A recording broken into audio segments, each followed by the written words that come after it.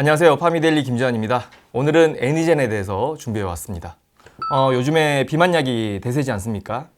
위고비도 최근에 이제 국내에서 시판을 했고요. 그러면서 이제 더 크게 이슈가 되고 있는 상황인데 이 비만약이 펩타이드로 만들어졌습니다. 그래서 이 펩타이드 기술만 놓고 보면 뭐 세계 두 번째 가라고 해도 좀 서러워할 그런 기업이 있고 또 이 회사도 비만약을 제조를 하고 있습니다. 개발을 하고 있는데 관련한 어떤 치료제 그리고 이제 기업에 대해서 소개를 해드리려고 준비해 왔습니다.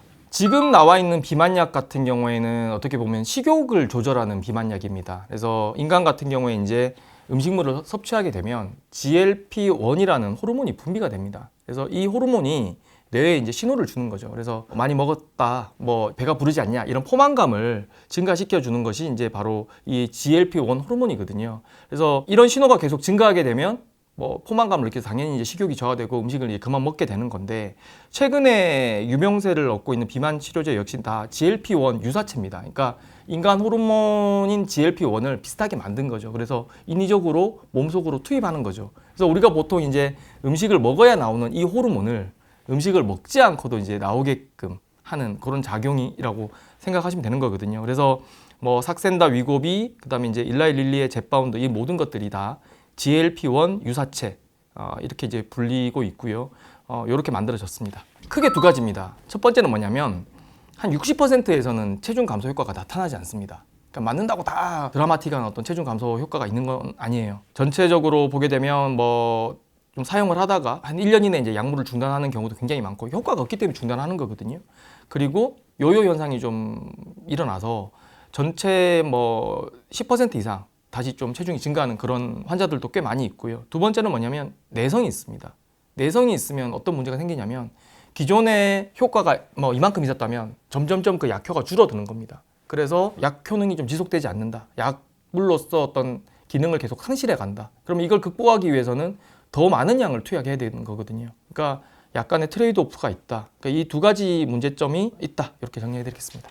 기존의 비만약 같은 경우에는 식욕 저하 효과밖에 없었거든요. 그래서 이제 음식을 좀 되도록이면 섭취를 좀 덜하게 만드는 그런 아주 단순한 구조로 만들어져 있는데 애니젠의 비만약 같은 경우에는 운동 효과까지 더해줍니다. 그래서 이게 굉장히 좀 다른 부분인 거고요. 아까 전에도 말씀드렸지만 GLP-1 수용체만, 그러니까 호르몬만 집어넣게 되면 체중 감소 효과가 뭐 한 40%에서만 나타나고 60%는 나타나지 않았잖아요.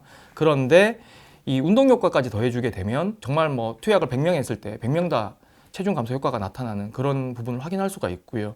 조금 구체적으로 좀 설명을 드리면 우리가 운동을 많이 하면 우리 몸속에 미토콘드리아 해리 단백질이라는 게 만들어집니다. 이 단백질 같은 경우에는 에너지 소비에 굉장히 관여를 하거든요. 그러면서 지방을 태우고 또 그 태운 지방을 이제 몸 밖으로 좀 배출시키는 그런 역할을 하는데 다시 말해서 이제 운동을 많이 하면 UCP가 많이 만들어지는 거고 미토콘드리아 해리 단백질이 많이 만들어지는 거고 그게 많아지면 이제 지방을 태우면서 뱃살이 싹 빠지는 그런 효과가 있는 건데 애니젠의 비만약 같은 경우에는 요 두 가지를 다 겸비하고 있기 때문에 아주 드라마틱한 체중 감소 효과가 있다. 이게 굉장히 좀 다른 부분이고요. 또 다른 부분에 대해서 좀 설명을 드리면 아까 내성 얘기 제가 했었잖아요. 기존의 비만약 같은 경우에는 다 펩타이드 기반인데 이게 비천연 펩타이드입니다. 비천연 펩타이드라는 건 뭐냐면 우리 몸에 펩타이드가 있다라고 치면 우리 몸에 있는 펩타이드가 아닌 거예요. 그러니까 소위 말해서 좀 인공 조미료라고 생각하시면 될 것 같아요. 그러니까 우리 몸에 있는 성분이 아닌 인위적으로 이제 인간이 합성을 하다 보니까 몸 안에 들어가게 되면 이게 외부 침입 물질로 인식을 하게 됩니다. 당연히 그렇게 되면 이제 항체라는 게 만들어지는 거고요. 항체가 만들어진다는 얘기는 내성을 유발한다는 얘기거든요. 그런데 애니젠의 이제 비만 치료제 같은 경우에는 천연 펩타이드 기반입니다. 우리 몸속에 있는 단백질 성분과 똑같습니다. 그렇기 때문에 몸에 들어갔을 때 이게 외부 침입자로 인식을 하지 않습니다. 그럼 결국에는 항체가 생기지 않는다는 얘기고 내성을 유발하지 않는다는 얘기거든요. 그러면 처음에 1mm를 줬으면 계속적으로 이 사람은 1mm만 맞으면 되는 겁니다. 그러니까 약물로서 했던 기능이 계속 지속된다. 이런 부분이 굉장히 좀 차이가 크다. 이렇게 좀 비교를 해드리겠습니다.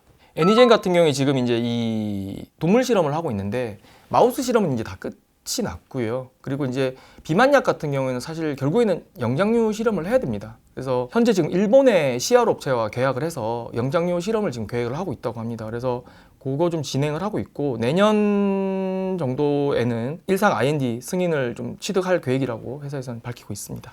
지금 펩타이드에 대한 얘기, 또 비만약에 대한 얘기를 했는데 사실 애니젠이 비만약 하나만 하는 건 아니거든요. 굉장히 많은 펩타이드 기반의 치료제들을 하고 있는데 제가 이 파미데이를 통해서 하나하나 좀 소개를 해드릴 계획을 갖고 있고요. 국내에서 이제 보면 펩타이드라고 하면 정의가 어떻게 돼 있냐면 아미노산이 50개 이하 연결된 거를 펩타이드라고 한다. 이렇게 지금 정의가 돼 있어요. 근데 이 정의를 처음 한 사람이 애니젠의 이제 김재일 대표입니다. 이 김재일 대표는 어떤 분이냐면 도쿄 대학에서 이제 박사학위를 받으시고 또 미쓰비시 연구소에서 펩타이드 연구원입니다. 연구원으로 한 7년, 8년 정도 재직을 하셨고 또 도쿄대학교 부교수를 또 하셨어요.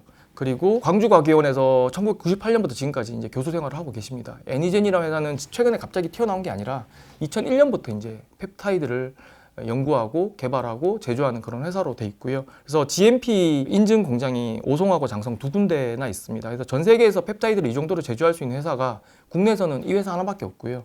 그리고 글로벌 전체로 확장을 해도 10개 정도밖에 안 됩니다. 그래서 우리가 다 알고 있는 한미약품이라든가 유한양행이라든가 뭐 JW 중해제약 이런 큰 국내에서 내놓으라는 회사들 같은 게 전부 다 이 회사에 가서 연구용 펩타이드를 다 제조하고 있고 개발하고 있고 만들고 있습니다. 그래서 국내에서 펩타이드의 어떤 기술로 놓고 보면 최고의 회사고 이 최고의 회사가 만들어낼 제품들에 대해서 여러분들께서 좀 관심을 가져주신다라면 애니젠의 어떤 그 기업 성장에 대해서 좀 지켜보시는 재미가 더 있지 않을까라는 생각이 듭니다. 오늘은 여기까지입니다. 감사합니다.